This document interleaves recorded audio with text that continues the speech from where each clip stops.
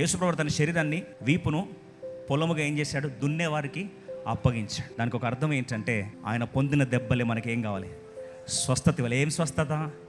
Physical healing, భౌతికమైన స్వస్థత. ఇప్పుడు దున్నిన పొలంలో ఏం విత్తనాలు వేయాలి చెప్పండి. బైబిల్లో కొన్ని విత్తనాలు ఉన్నాయి. మొదటి విత్తనం ఏంటి తెలుసా? కన్నీటితో విత్తువాడు సంతోషంతో పనులు కోసుకుంటాడు. ఇప్పుడు యేసుప్రభువు మన కొరకు పస్కా బలి పశువుకు అప్పగించబడినప్పుడు, అయ్యా ఈ శరీరంలో నాకు స్వస్థత ప్రాంగణంలో విశ్వాసంతో నేను కన్నీటితో ఏం చేస్తున్నాను?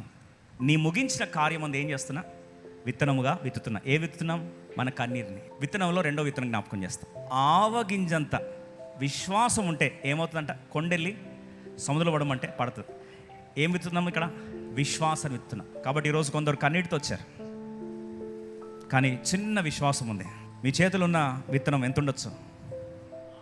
ఆవగింజది ఉండొచ్చు. పెద్ద విశ్వాసం లేదా బ్రదర్ మాకు, కానీ కొద్దిగా ఇంత ఉంది చాలు. ఆయన పొలము దున్నబడింది, సిద్ధముగా ఉంది. విశ్వాసంతో నువ్వు అక్కడ వేసినట్లయితే ఎంత పంట వస్తుందో తెలుసా?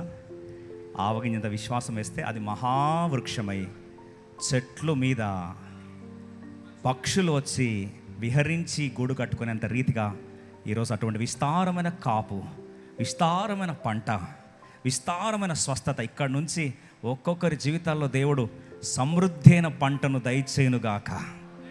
God sacrificed. The back was plowed and he has surrendered himself. నా నొప్పి ఎప్పుడు వృధా కాదు. అదేంటి? అదొక విత్తనం. నా కన్నీరు ఎప్పుడు వృధా కాదు. నా కన్నీరు ఏంటి నీ దృష్టిలో? ఒక విత్తనం. Every tear will produce a magnanimous harvest.